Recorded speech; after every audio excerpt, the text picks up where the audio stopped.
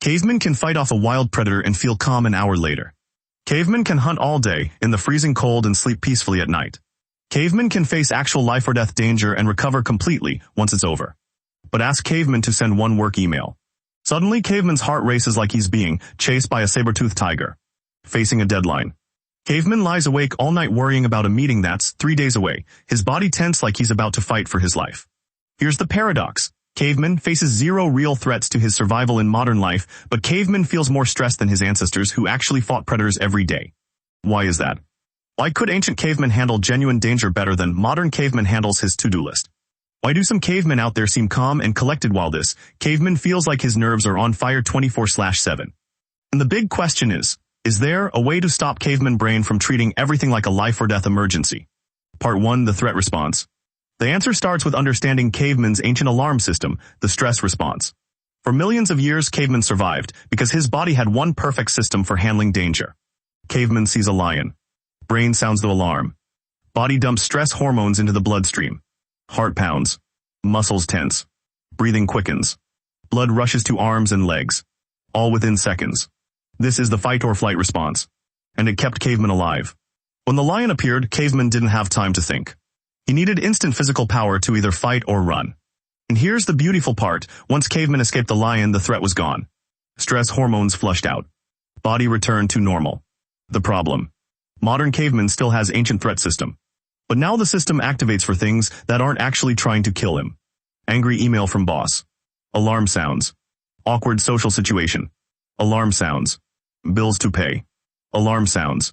Caveman's body can't tell the difference between lion trying to eat me and presentation tomorrow. All it knows is threat detected. Release the stress hormones. Part 2, the cortisol experiment.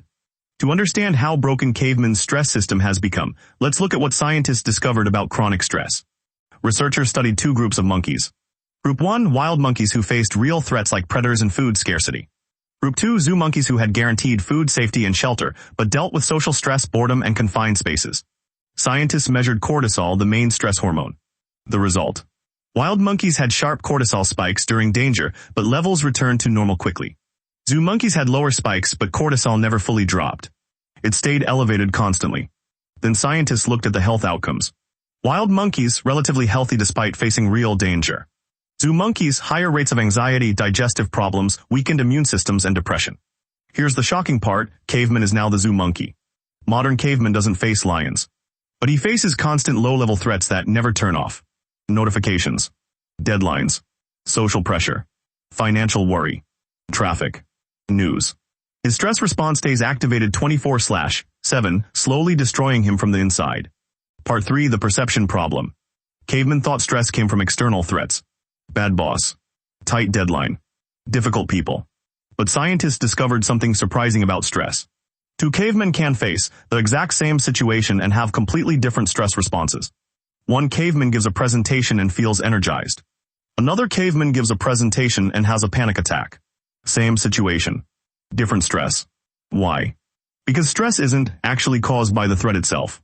It's caused by cavemen's perception of the threat. Ancient cavemen saw a lion and thought, threat to survival, must escape. Accurate perception. Accurate response. Modern caveman sees an email and thinks, my career is over, everyone will think I'm incompetent, I'll lose everything. Inaccurate perception. But same physiological response. And here's where it gets worse. Caveman brain has something called the negativity bias. For survival reasons, ancient caveman's brain was designed to spot threats everywhere. The caveman who saw danger in every shadow survived longer than the optimistic caveman who got eaten. So modern cavemen inherited a brain that interprets neutral situations as threats. Someone doesn't text back. Must be angry. Boss seems quiet. Probably getting fired. Small mistake at work. Career ruined. Caveman's brain isn't broken.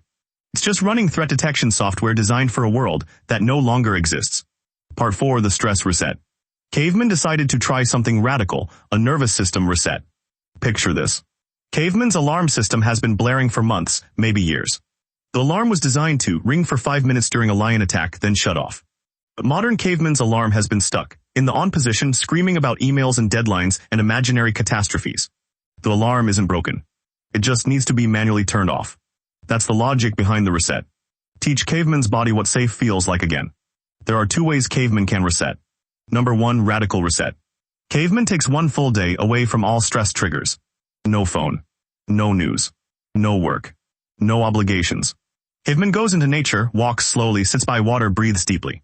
When the mind starts racing about problems, Caveman doesn't fight it. He just notices and returns to breathing. After hours of this, the nervous system finally exhales. Number 2, daily micro-resets. Every single day, Caveman spends 10 minutes signaling to his body that he's safe. Deep breathing. Lying on the ground. Gentle movement. The goal isn't to eliminate stress forever. It's to give the alarm system a chance to turn off so it can function properly when real threats appear. Part 5, the reframe system. Caveman knew he couldn't avoid stressful situations forever. Modern life has real responsibilities. So he built a system, question the threat before reacting. Ancient cavemen saw a threat and reacted instantly. No time to think. But modern caveman has time. Modern threats aren't lions. They're thoughts about future events that might not even happen. So caveman learned to ask 3 questions before his stress response takes over. Question 1, is this actually dangerous? Will this situation physically harm me, or is my brain exaggerating? Question 2, is this happening right now? Or am I stressed about something that might happen later or something that already happened? Question 3, what's the realistic worst case? Not the catastrophic story my brain invents, but what would actually happen. Example, old reaction, my boss wants to talk, I'm getting fired, my life is over. New reaction, my boss wants to talk, that's neutral information. Maybe it's feedback, maybe it's a project update. Even if it's criticism, that's not life-threatening. I'll handle it when it happens, the key. Caveman stops treating his thoughts as facts. Thoughts are just his brain's best guess. And his brain guesses danger way too often. Part 6, 5 tricks to calm caveman brain. Now that caveman understands his stress system, he can use clever hacks to stop it from controlling him. Number 1, the physiological sigh.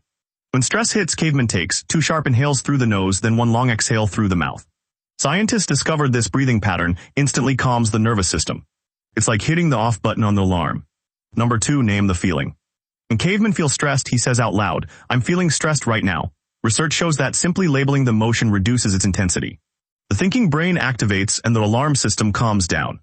Number 3, move the body. Stress hormones prepare caveman for physical action.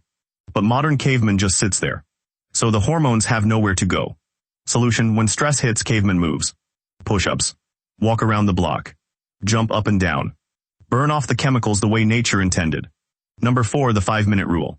When caveman's brain spirals into worst-case scenarios, he sets a timer for 5 minutes. He allows himself to worry fully for those 5 minutes. Then the timer ends and he moves on.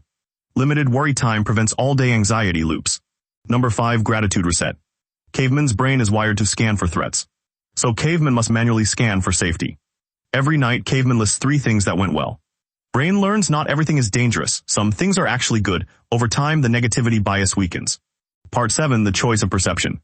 At the end of the day, stress isn't the enemy.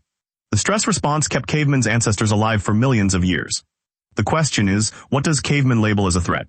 Everything constantly until his body breaks down, or just the actual dangers worth responding to. Modern cavemen will always face challenges. Deadlines will exist. Conflicts will happen. Uncertainty will remain. A caveman gets to choose how his brain interprets these events. Caveman doesn't need to eliminate stress.